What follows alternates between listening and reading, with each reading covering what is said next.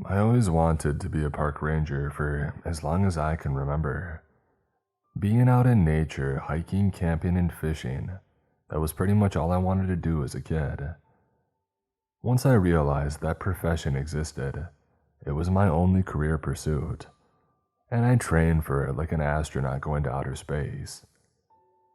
Reading up on all the necessary qualifications, I learned that it was a pretty daunting undertaking in a lot of ways. To be a park ranger, you need to be an expert outdoorsman.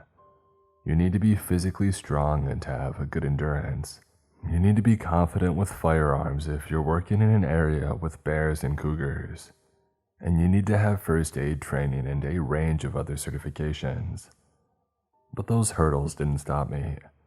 They inspired me. Throughout my late teens and early 20s, I had a corkboard on my bedroom wall with every park ranger requirement listed on it, flanked by photos of my favorite national parks, and I checked the qualifications off one by one, celebrating as I achieved them. Living at home with my parents, I saved up every penny that I earned, with the goal of going to school for conservation enforcement, one of several programs geared towards people in my aspiring line of work. Eventually, I got my diploma from a nearby community college, which was about all that I could afford.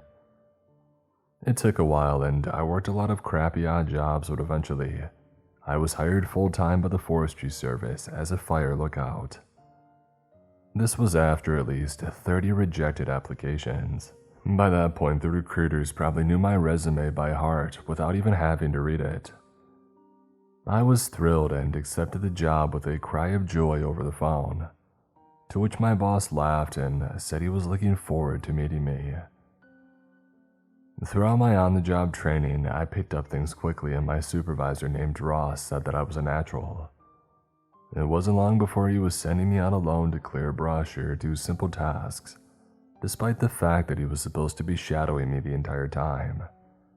He said he trusted me and that it took a lot to gain his trust. On my last day of training at Fire Tower 14, we were sitting in the cabin playing chess when Ross had noticed something in the distance, a bit of smoke rising up out of the trees. It was just a wisp of white smoke, indicative of a campsite. "We should go check that out," Ross said, handing the binoculars to me and pointing. I saw it immediately and I nodded, thinking that it would be nice to get out and do something different. The routine of clearing brush and taking out the trash, reading books and playing board games and cards was getting monotonous. It was late afternoon and there was still several hours of sunlight left. I grabbed my backpack and my rifle, filled my canteen with water and was about to set out, when Ross muttered something over my shoulder. "Son of a," he said, a little louder this time. It wasn't like him to curse, and I was a little surprised to hear him do it. Ross reminded me of a Boy Scout in a man's body. His enthusiasm for the job was infectious, and he was almost always in a good mood. "What?" I asked, walking over to join him. "Another one. Nobody bothers to get a camping permit these days anymore." He pointed at another fire burning in the distance, this one a little closer.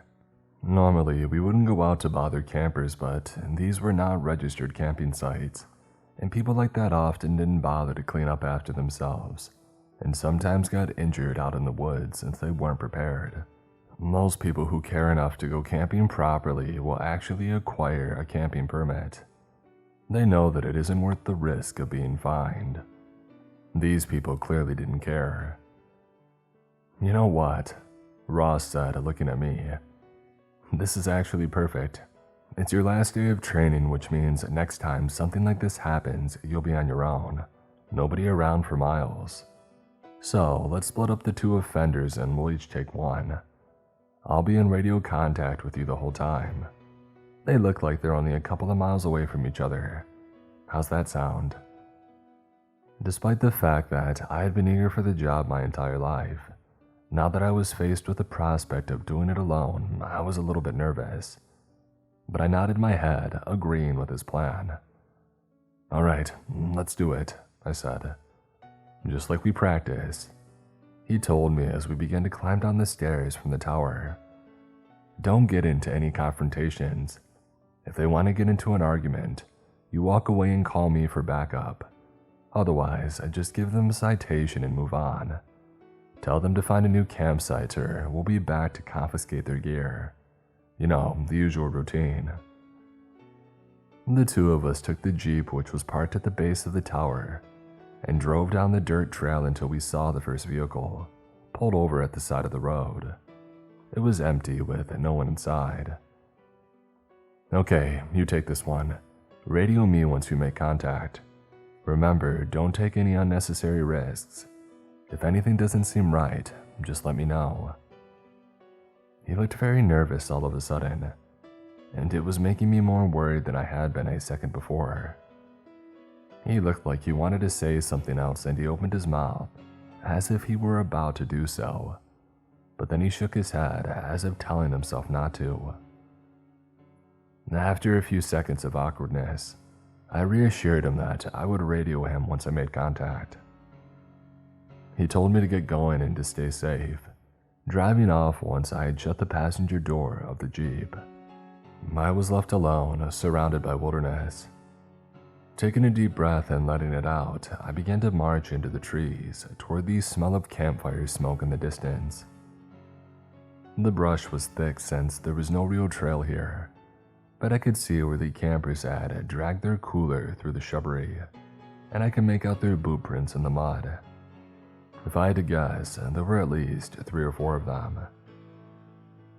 It didn't take long before I came across a clearing, and standing in the middle of it was a large stone archway. The human-made structure was about a 10-minute walk from the road, and it looked like a bridge constructed for a railroad to pass over above it. But it made no sense for it to be way out here in the middle of the forest, far from any civilization, and far from any active railroads. A dirt path emerged from nowhere leading towards this arch, and going underneath it to the other side. I didn't know the area well enough to say that this was completely out of the ordinary, but to my eyes, it did look unusual. Ross hadn't mentioned any decommissioned railroads passing through this part of the forest, but then again, it could have been long out of use and ancient. When I approached the stone archway, I got a queasy, rising feeling in my stomach, like when you're a kid in the backseat of a car and your parents are driving down a hilly dirt road, and if you go over a steep hill too fast on the opposite side. Looking through the archway, I saw the sky was a bruised shade of purple on the other side. Black clouds floated along, in stark contrast to the clear blue sky which I had seen from the watchtower. I looked over my shoulder and the sky was blue. I looked straight ahead again and saw that it was that surreal purple shade, but only on this side of the archway. What the heck? I muttered to myself, walking through the stone archway to the other side. The moment that I did, my body broke out in pins and needles, as if every limb had fallen asleep for just a second, but then the sensation passed. I felt as if I had crossed over through some threshold into another world, but I convinced myself that I was just being foolish, letting my adrenaline get to me.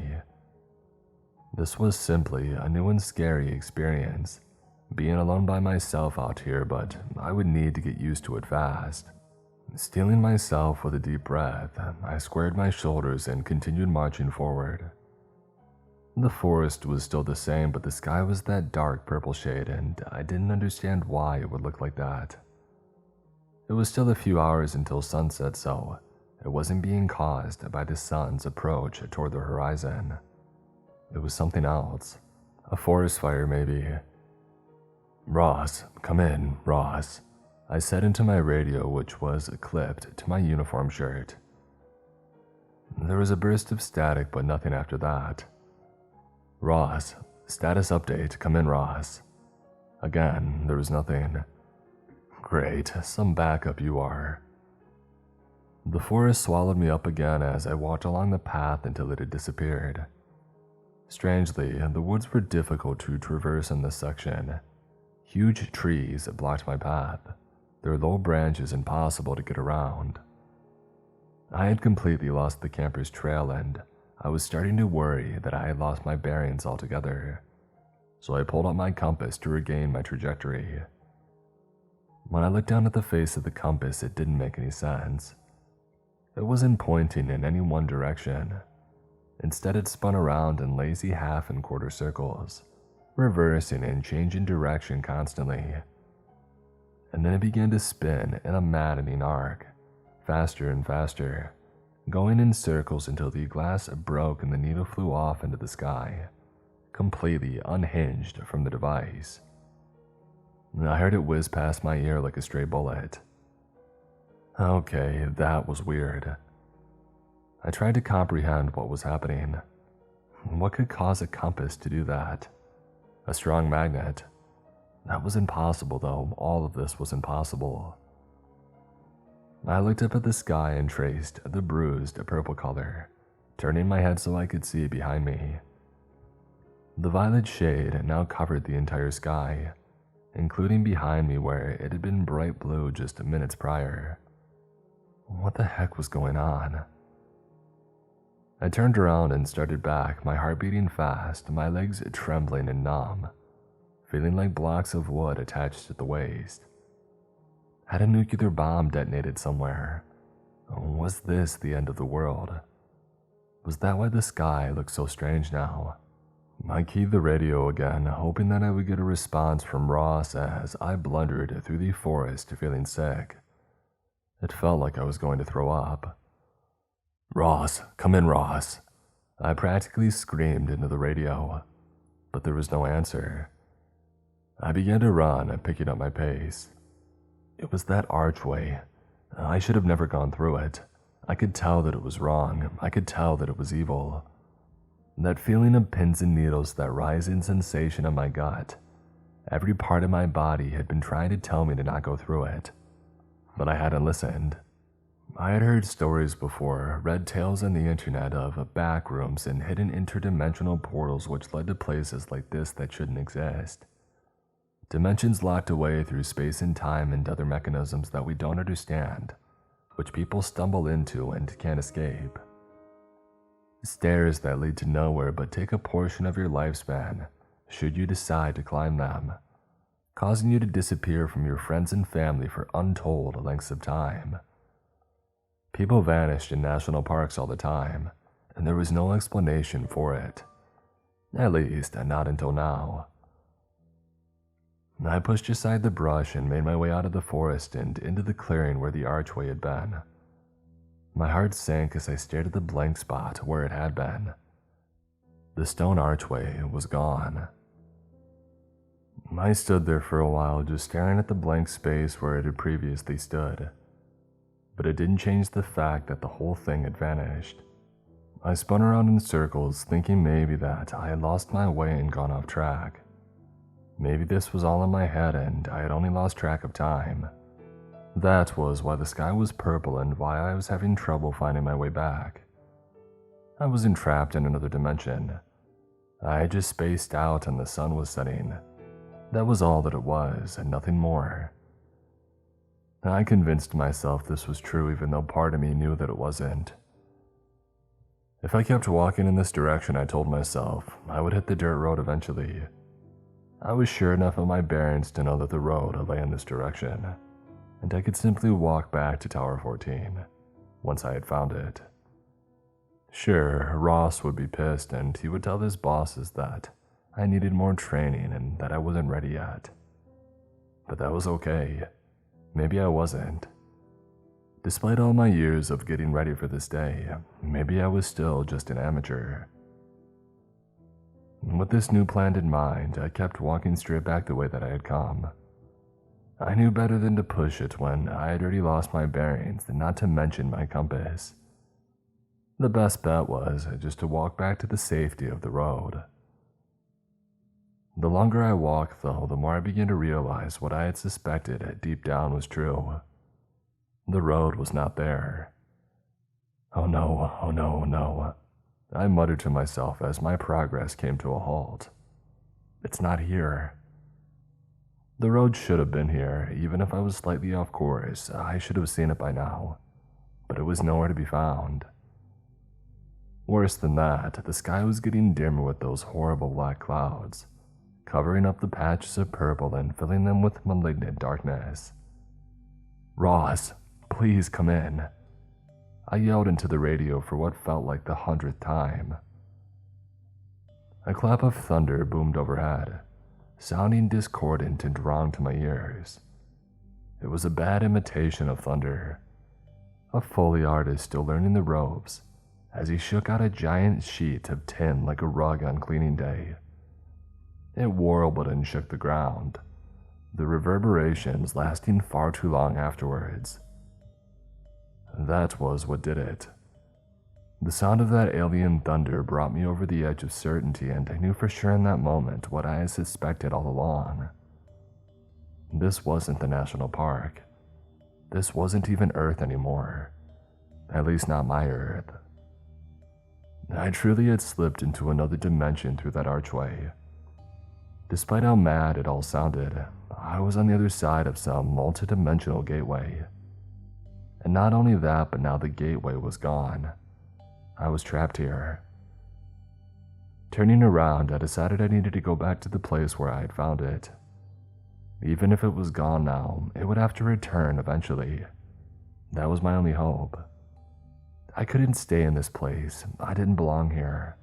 And who knew what creatures might lurk in a forest like this after dark? Even in our world, there were wolves, coyotes, mountain lions, and bears. I shuddered to think what version of predator might live unchecked in this universe, without people around to keep their numbers down. As if the forest had read my mind, I heard a rustling sound to my right.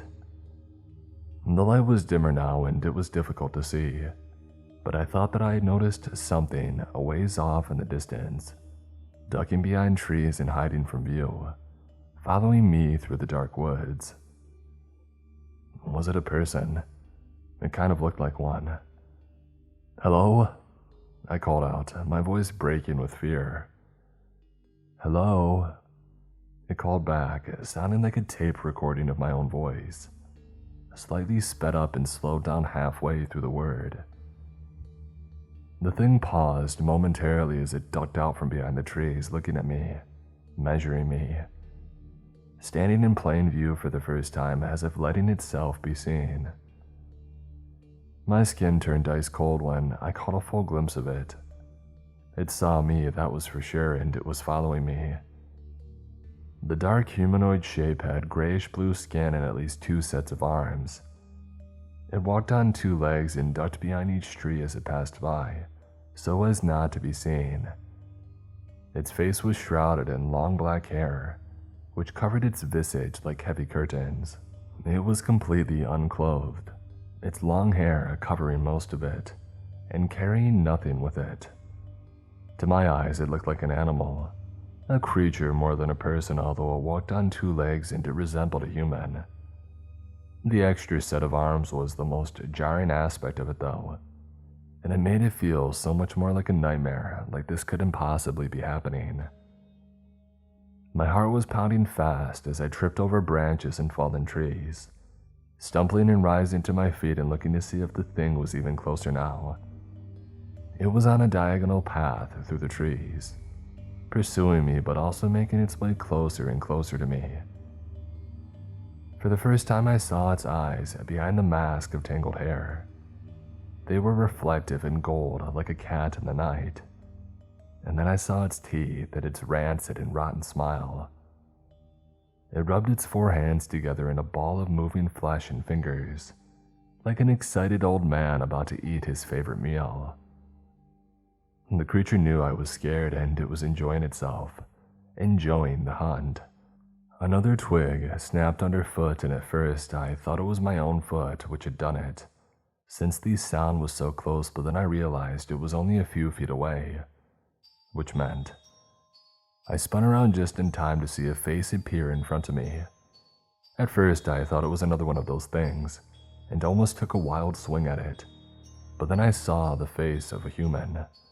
It was a man wearing a park ranger uniform, His hair was shoulder-length and greasy, and he had a long beard which was untrimmed and scraggly. "Get behind me," he yelled suddenly, and I did as he asked instinctively, hearing the sound of movement coming towards us through the brush from where the creature had been. The sound of the rifle's report was deafening. My ears were still ringing when he fired again a few moments later. "That's my last bullet," he said, grabbing my arm and pulling me to my feet. "I hope you brought some ammunition with you. Those things don't like to die." Noises could be heard behind us, and I realized that the creature was still in pursuit, despite 2 well-placed rifle rounds. I was compelled to follow the strange man as he raced ahead of me, looking back at me occasionally to see if I was still trailing him. I didn't have time to ask questions. I didn't have time to think about the fact that the archway was getting further and further away with each step. All I could do was run. And soon the sounds of more racing footsteps had joined the first creature. There were several of them, and they were all hungry, moving in a pack like humanoid wolves. I only hoped this man knew where he was going, and that he had a plan to survive. I soon learned that the other ranger who had rescued me was named David, and said he had been trapped in this place for a month. He had a cave which he had managed to camouflage with tree branches, allowing us to hide from the creatures after escaping from them. David knew a lot about this place, and he said the creatures avoided a certain part of the forest, so that was where he took me.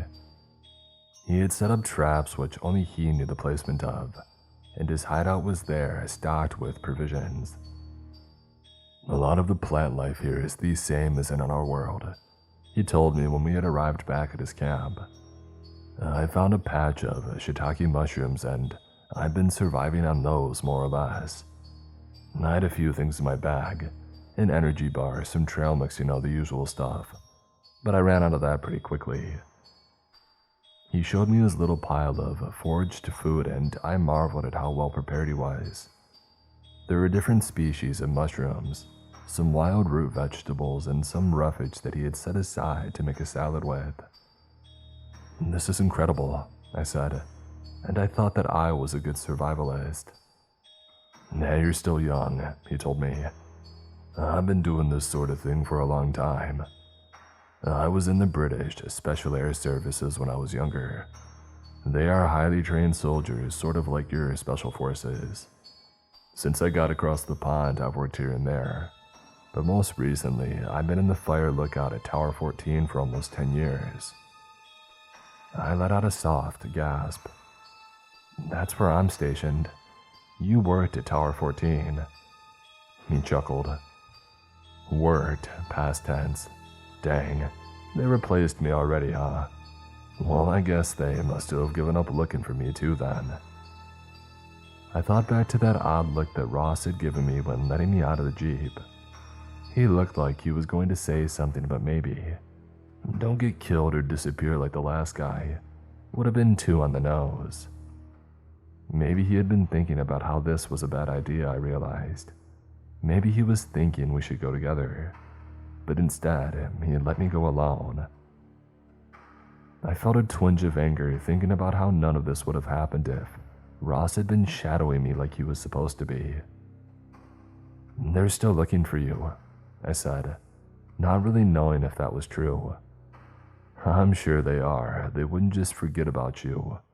Ross didn't get around to telling me that yet, that's all. I'm still in training." I didn't add that this was my last day of training, or that news of David's disappearance seemed to have been purposefully omitted from my orientation. David eyed me suspiciously but didn't say another word about it. "I was going to look for more mushrooms when I spotted you. It's too dangerous to go out again tonight, but tomorrow we'll check for the archway again, and I'll show you where I found them. I go back to that same spot every day and look for that arch. I can't believe I missed it."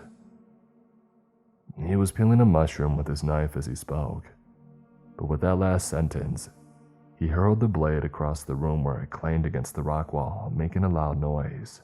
"Quiet," I whispered, yelled at him. "I know you're upset, but we're gonna get out of here." His face was emotionless as he looked back at me, tears welling up in his eyes. "That's what I've been telling myself for the last 36 days, he said. "I hope to God you're right." As I tried to fall asleep that night, I couldn't. The idea of a man like David being brought to tears by this place was almost too much to bear. The man was a killing machine, British Special Forces. He had saved my life and pulled me out of a situation where I would have thought I would be dead for sure. At least we had more ammunition now, and 2 guns, but still that didn't reassure me very much. Those creatures, whatever they were, did not like to die. I managed a few hours of off and on sleep before the sun came up, still appearing that same horrible shade of purple as it had the day before. It was starting to hurt my head. It felt wrong just being in this place. It was like we didn't belong here, like the air was too thick and too heavy, not meant for me to breathe. Without even realizing it, I had begun to hyperventilate. I tried to stop myself to calm myself down, but I was unable to. David came over and looked in my eyes, and after a while, I started to hear the words that he was saying. The cave was still beginning to turn darker and darker all around me, and I could feel myself losing consciousness, but I managed to listen to him. "Breathe deep," he said. "Slow it down, you're okay. I've lived here this long, the air is breathable. You're okay, big deep breaths, lad. Good. Okay, that's better. Keep breathing in and out." After a while, I started to calm down, and I looked at him gratefully. "Thanks," I said. "I needed that." "Stay there and get your wits about you. I've got breakfast ready," he said. And I realized that he had a portion of mushrooms and wild lettuce set aside for me. He brought it over on a flat rock and handed the food to me. "What's the plan?" I asked, eyeing the food suspiciously. Despite the fact that he said it was okay, I was still concerned. "Eat," he told me. "You need your energy. We're gonna walk over to the shiitake patch. On the way, we'll check for the arch. On the way back, we'll check again. That's all that we can really do. It's not safe lingering out there for too long. Those things, they can smell us." I managed to eat a bit of the salad and mushrooms, despite the fact that they made me uneasy. Consuming anything, even the air in this world, just felt wrong. Like I was breathing in toxic fumes and not meant for human consumption. Still, a little bit of the food couldn't hurt me. At least, that's what I told myself. After eating, we set out for the archway. The hike was a long one, and David brought plenty of water and provisions, filling up our canteens from a spring along the way. Once again, I felt glad for his guidance. If not for him, I'd probably be dead 10 times by now. After a long while, we reached the clearing where the arch had been. Once again, it wasn't there. The spot where it had been was empty, but we wandered over to it anyway. How can it just disappear? Be here one day and gone the next? I asked. David shook his head. How can any of this be possible? I wouldn't have believed it if somebody had told me. Would you? I thought about it for a few seconds. No, probably not. I would think they were crazy, or high, or maybe both. And yet here we are, defying all rational common sense. There wasn't much more to say, so we continued walking. I tried desperately to ignore the feeling that I heard the sounds of rustling leaves behind us, as if there was someone following quietly and at a distance. Every time I looked back, there was no one there. Eventually, we had reached the shiitake patch. David told me to start picking the mushrooms quickly before the creatures found us. He said they were smart and they would send out scouts. So once they knew where we were, more would be gathered together and they would come back to hunt us like pack animals. The worst part was, they knew this was a favorite spot of his, so they would be ready for him. After a few short minutes of gathering mushrooms, David told me to wrap it up. Let's go, he said. There's no more time. Despite my fear, I couldn't believe what he was saying. We had just started and it had been such a long hike, and this amount of mushrooms would barely sustain us for a day. "Well, come on, David, a few more minutes." I said, "Let's go." He hissed at me, his face morphing into one of rage. I almost didn't recognize him. His color changed, going red, almost purple, and there was something else strange too. His chest seemed to spasm when he was angry. The fabric puffed in and out in a very odd way, like he was breathing much too fast. He caught me looking at him and calmed down slightly, then came over to me and grabbed my arm, dragging me away from the mushroom patch. "I can see one, it's a little ways away at 6 o'clock. That means there's more. We need to start walking fast, don't run yet. Don't look. Don't let them know that we saw them." All of this he said while dragging me away from the patch, and I fought the urge to glance over my shoulder. But I did hear the distinct sound of movement now, coming closer, gaining on us steadily. "Do you hear that?" I asked, my heart pounding faster, my throat dry, my knees shaking. "Quiet," he whispered angrily. I was silent for a few short seconds and the noises came closer and closer. "Run," he screamed, and I began to bolt as fast as I could through the trees. A second later, I heard them all around us. They had surrounded us, they had been waiting. "You're gone," David screamed from behind me, and I tried to get her ready while still running. And then I saw what he was worried about. One of the creatures was straight ahead, waiting for us, partially hidden behind a tree. It revealed itself just barely, poking its head out to look and see how far off we were, and then it disappeared again. "You see it?" he shouted. "Yeah. When we get to that tree, you go left and I go right. Don't get too close." I understood immediately what he was doing. He was sacrificing himself for me. By going to the right, he was running right through the eye line of the creature. He would be running past it within inches of its grasp, all to distract it so it wouldn't get me. Part of me wanted to argue, but there was no time. We were already at the tree. I ran to the left and David went right. The creature lunged at him just as I had feared, and managed to rake him with its long, talon-like fingernails. His back was bloodied as he ran, getting ahead of me as he put on speed. "There's more up ahead," he yelled, and I saw them a second later. There were at least two, maybe more, hiding in the trees and waiting for us a little ways ahead. I had a feeling they would not be fooled as easily as the last one. Luckily, we had a speed advantage on the creatures, at least the ones that we had come across so far. I hated to think what a faster version of these things would look like. Our ability to outrun them was the only thing keeping us alive. I could hear them chasing after us, their heavy footsteps loud as they crushed the leaves underfoot. "Let's split up," David said. "You go left, I'll go right. Then we meet back in the middle, say 100 paces from here. Got it?" "Sure," I agreed, not sure what other options we had.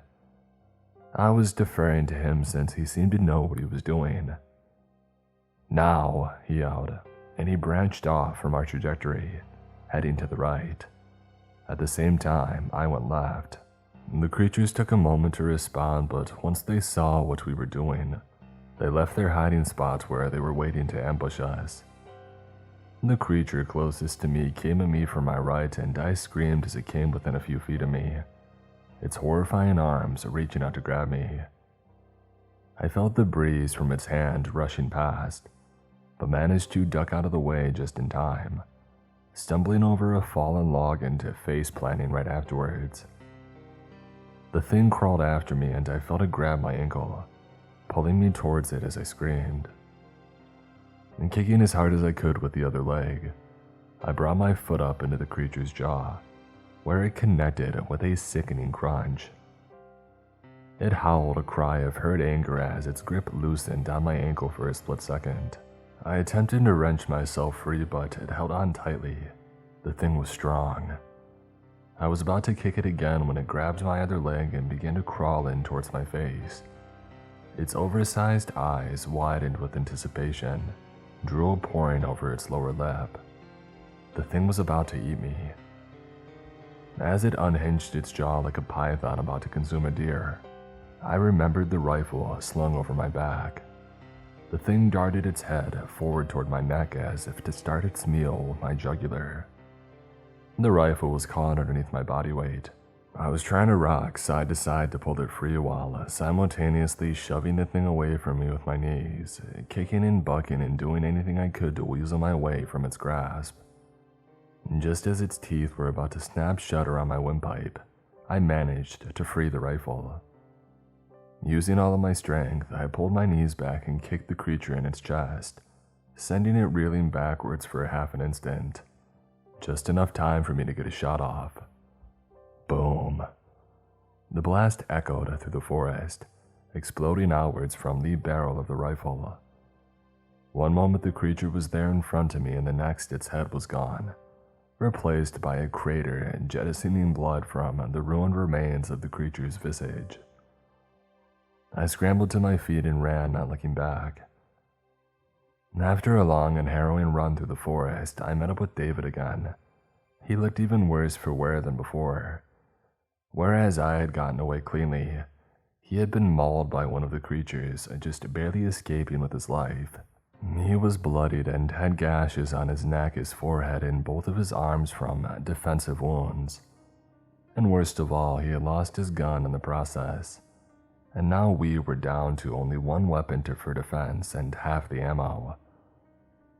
Eventually, we arrived back at the cave after a long run through the forest, barely escaping with our lives. David was in rough shape, and I helped him lay down in his bedroll. I went outside to find leaves or whatever possible to patch up his wounds, in the absence of bandages. I had a small first aid kit with me as well, which I brought everywhere, but it wasn't nearly enough for the injuries that he had sustained. I cleaned his wounds and packed the worst of them with gauze from my first aid kit, and then wrapped them with long leaves from the forest. David began pushing me away when I went to unbutton his shirt to tend to the wounds on his back. I told him to calm down, but he wouldn't stop resisting me. Eventually, I relented and told him to deal with the cuts himself. They wouldn't heal properly if he didn't do something about them. But he just closed his eyes and drifted off to sleep. The blood running from his wounds leaking onto the rock floor of the cavern while he snored. For the second night in a row, I couldn't sleep. I kept thinking about David and his injuries. He would be dead by the morning if I didn't do something. There was too much blood loss, and I couldn't understand why someone with his level of experience wasn't taking this seriously. Was he delirious?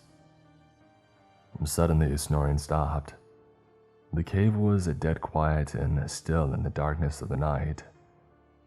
And then I heard a sound like rocks being moved, a shuffling of feet, bones creaking and cracking. There was a wet, sloppy sound, smacking lips and rending flesh. Someone pulling meat from bone and tearing gristle with sharp incisors. I peered into the darkness of the cave, looking in the direction of the sound, and my eyes slowly began to adjust. David was up, and he was eating something in the corner of the dark cave. It looked like it was moving, a rat or a squirrel. He tore another bite of flesh from the writhing thing which had been moving in his grasp, and suddenly it was still again. The only sound was of him chewing. My eyes adjusted further, my heart pounding rapidly. David's shirt was off. He had treated his wounds after all. In the darkness, when I had been trying to sleep, my eyes closed, he had been busy dealing with his injuries. And I realized why he hadn't wanted me to see beneath his clothes. It all made sense suddenly. The twitching beneath his shirt when he got upset, the way that his color changed when he was angry. His face had turned red, almost purple like the sky. And beneath his shirt was the most obvious change of all. He took another large bite of whatever it was he had found scurrying in the cave, and with his 4 quickly moving hands, He pulled flesh from the bones and crammed more of the creature into his mouth. His eyes were golden and reflective when they caught me staring at him in the darkness, and as I got to my feet, I began to run. I stumbled out from the cave, terrified. My legs didn't seem to work properly. Everything around me was wrong, the colors, the shadows, the shapes of the trees, and the sounds of these singing birds sitting on their branches. This world was not my own, and I needed to get out, now. Running as fast as I could through the forest, I remembered how I had come to be in this place, as a park ranger trainee. I had been on a fire lookout assignment and had been sent to confront a few campers who had made a bonfire without a permit in an off-limits area. But I had stumbled through to a gateway to another world in the process, becoming lost in this place, trapped in another dimension where humanoid creatures with gray skin and forearms hunted people in the purple-tinged darkness. I fell flat on my face, landing hard after tripping over something. A vine. No, whatever it was thin and sharp and it hurt me badly. The piano wire, or whatever it was, had cut across my shins, and I felt the warmth of blood trickling from the skin. The traps. I had forgotten all about the traps that David had set, all throughout this part of the forest, to keep him safe from the creatures in this terrifying world. "Come back," I heard David yelling over my shoulder from the darkness. "It's not safe, you must come back." But I didn't listen. I scrambled back to my feet and began to run. My only thought was to get to that archway, the place where I had entered this world. The portal back to Earth had to be there, it had to be. David's voice could be heard receding into the distance behind me. I shuddered involuntarily, thinking about how I had seen him in the darkness of the cave, eating something like a rat or a mouse. Not only that, but his arms. His arms had been too many. There was an extra pair of hands working at the hairy flesh of the vermin that he had been eating. The bloody fur and the tearing sounds of him ripping chunks from the creature's body with his teeth were too much to think about. At first, I thought maybe he was lying to me from the beginning, and that he was from this place after all. Maybe he was born here and was trying to keep me trapped in this place. But the more that I considered it, the more I realized that idea didn't sit right with me. David was not a denizen of this terrible, violet-tinted world. No, he was from Earth. The way that he spoke, talking about Fire Tower 14, which he said he had worked at, proved that he was not from here. He was from Earth. My mind began to work out what this meant and came to the conclusion that being in this world had changed you over time. Being here, eating the foraged food and breathing the purple-tinged air, all of it was toxic to people from our world, and it caused side effects that were likely permanent. I only hoped that I hadn't been here long enough for a change to occur in me. I shuddered at that thought of an extra pair of arms splitting open the flesh of my abdomen and reaching out, grabbing anything they could get their hands on. Hungry and desperate for food, for blood and flesh, and I needed to get out of this place. Running through the woods more carefully now, I lifted my feet high off the ground to avoid tripwires, and hoped that I wouldn't stumble into a spike-filled pit or some other death trap which David had planted. Before being hired as a fire lookout, David had served in the British military, a highly trained branch similar to the Special Forces in America. He was a deadly shot with a rifle, and I no longer had mine with me. I picked up my pace, hearing the sound of him coming after me through the forest.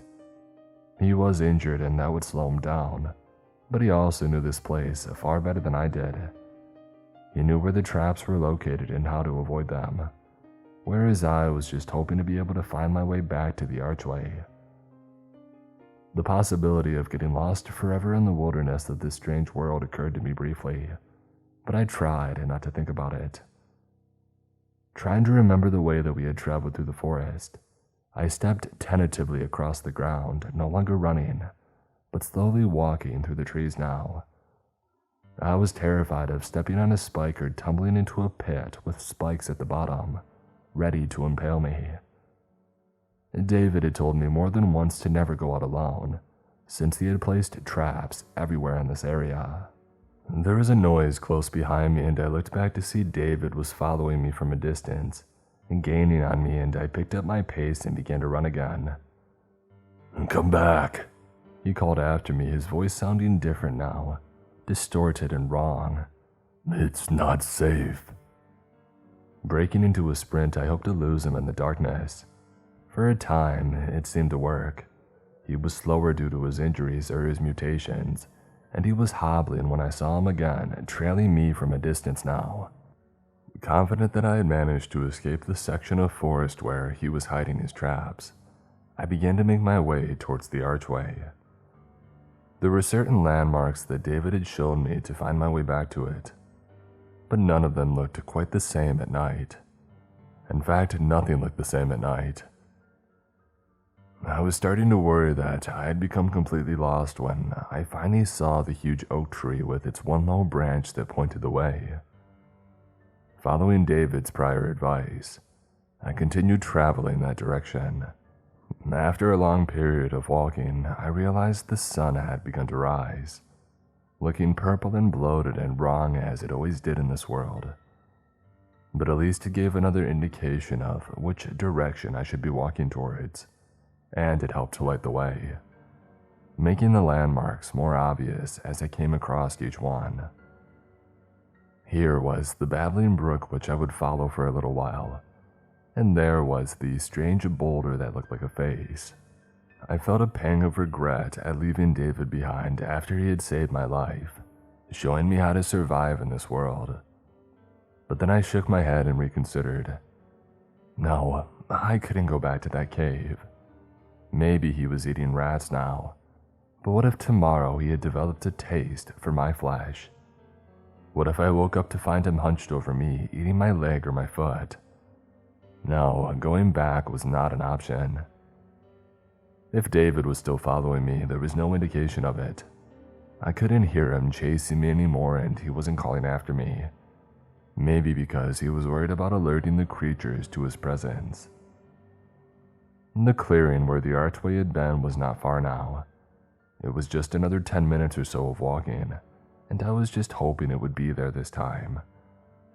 If it wasn't, I was completely unsure of what I would do. I had been trying not to think about that part of things, since the idea of the portal not being there was too much to bear. "Come back!" Somebody called out from the woods, suddenly startling me. It was David. At least it sounded like him. "It isn't safe." Another voice called out from my right, sounding sped up and then slowed down, like a tape recorder running low on batteries. Leaves crunched on the ground behind me and ahead of me. From all angles, there were voices calling out in distorted tones. "Come back. It isn't safe. Come back.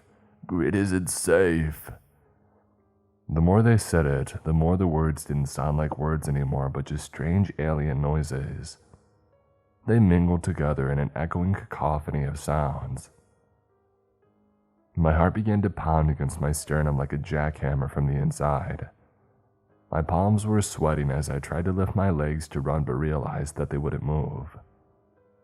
It was at that moment that I observed the fact that I didn't have my rifle, and it dawned on me for the first time that I had left it back at the cave, with David.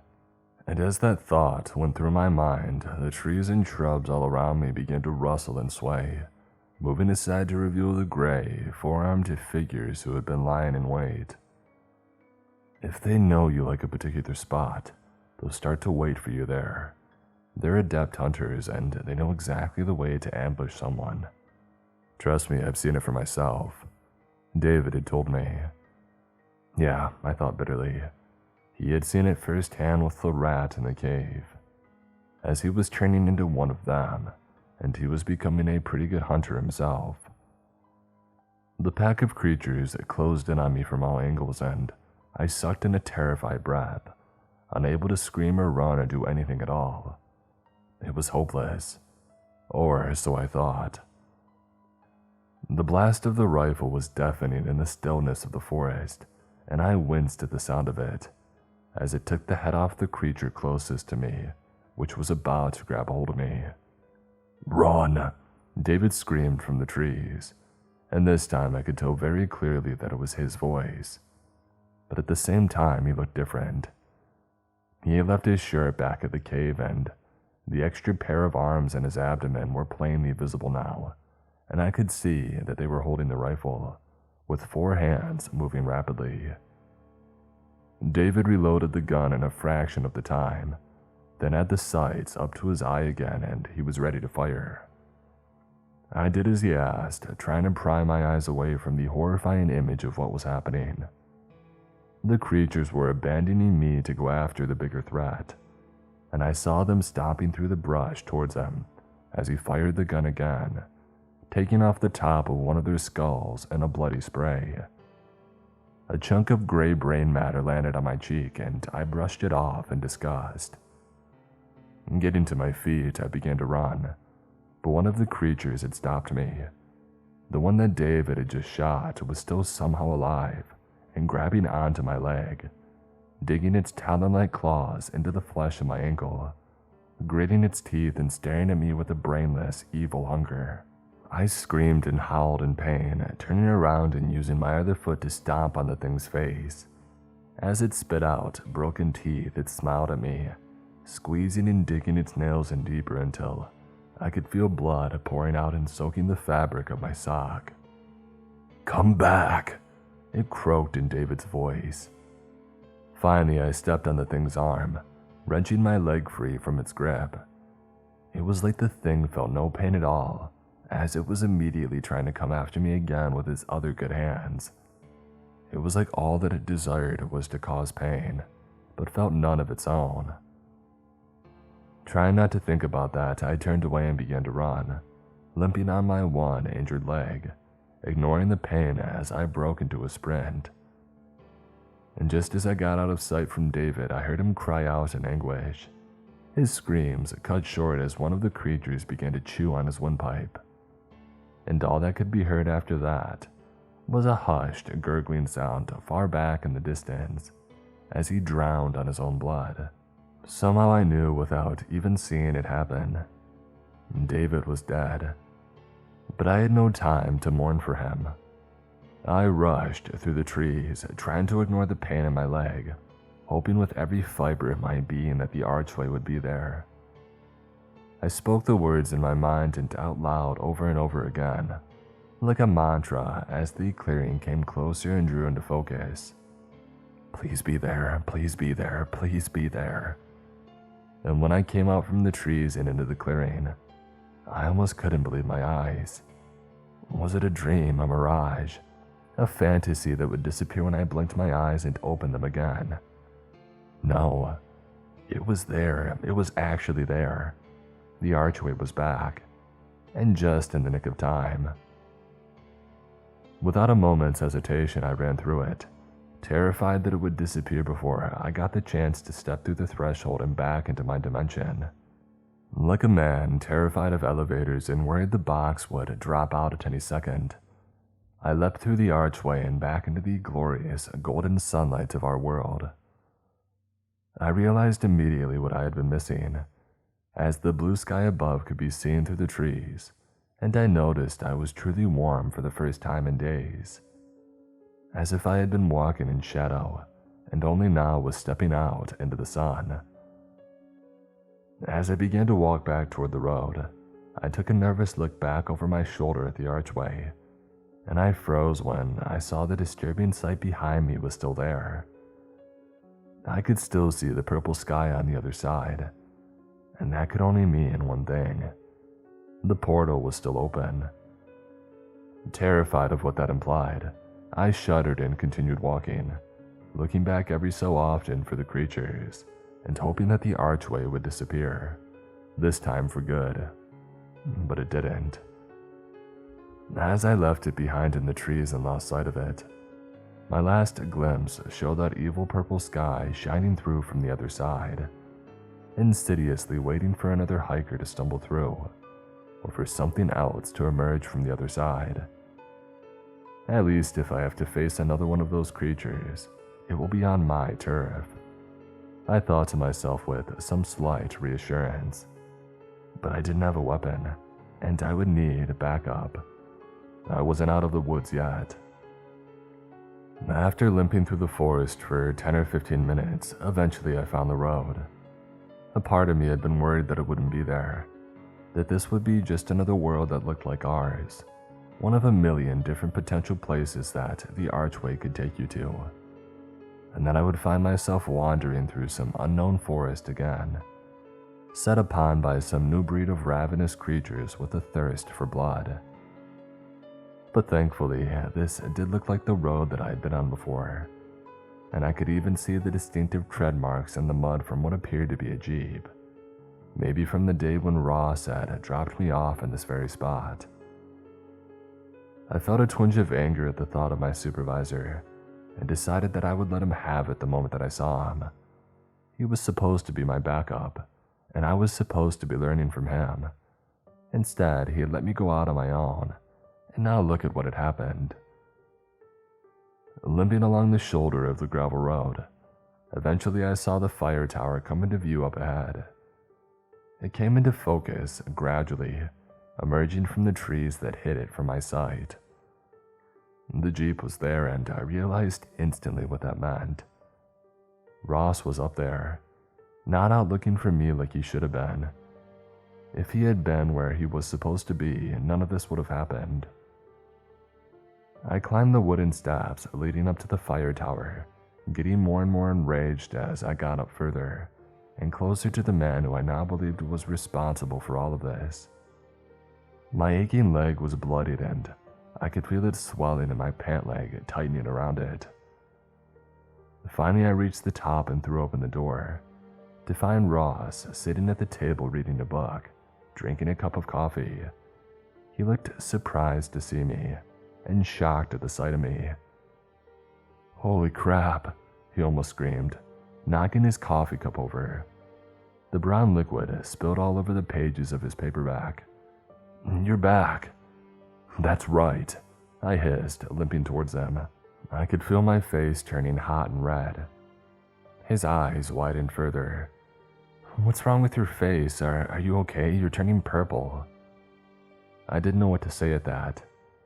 I looked in the mirror to my left and saw that he was right. I didn't look like myself at all. I looked like a monster made of rage at that moment, my face purple with anger. Suddenly all of the fight left me, and I realized how utterly exhausted I was. I heaved out a great sigh and crumpled to the floor of the fire tower cabin. I collapsed on the floor, unable to understand what was happening to me. I didn't feel like myself at all. And as I did that, I felt something writhing beneath me, a squirming feeling in my abdomen, like fingers reaching out from inside, trying to poke and tear their way through the skin of my belly. I screamed, pulling up my shirt and clutching my abdomen, feeling the skin for a bulging pair of hands or a face, picturing the movie Alien. But there was nothing.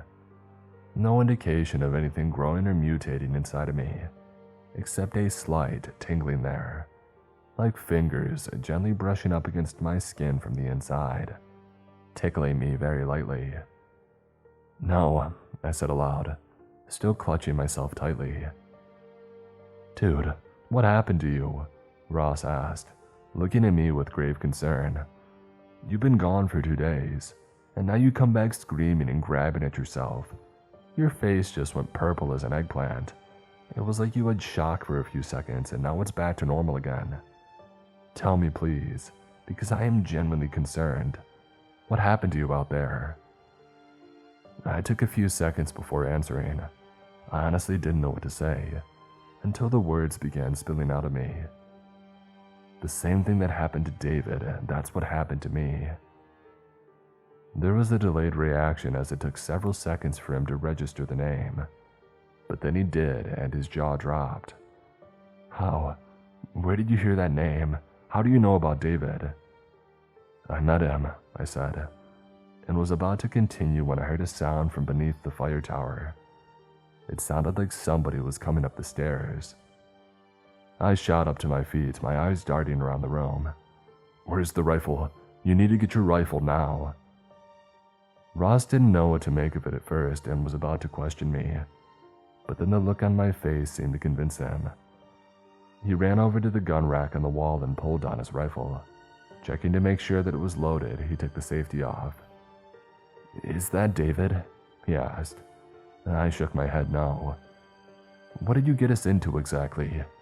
he asked nervously. But before I could respond, there was someone at the door.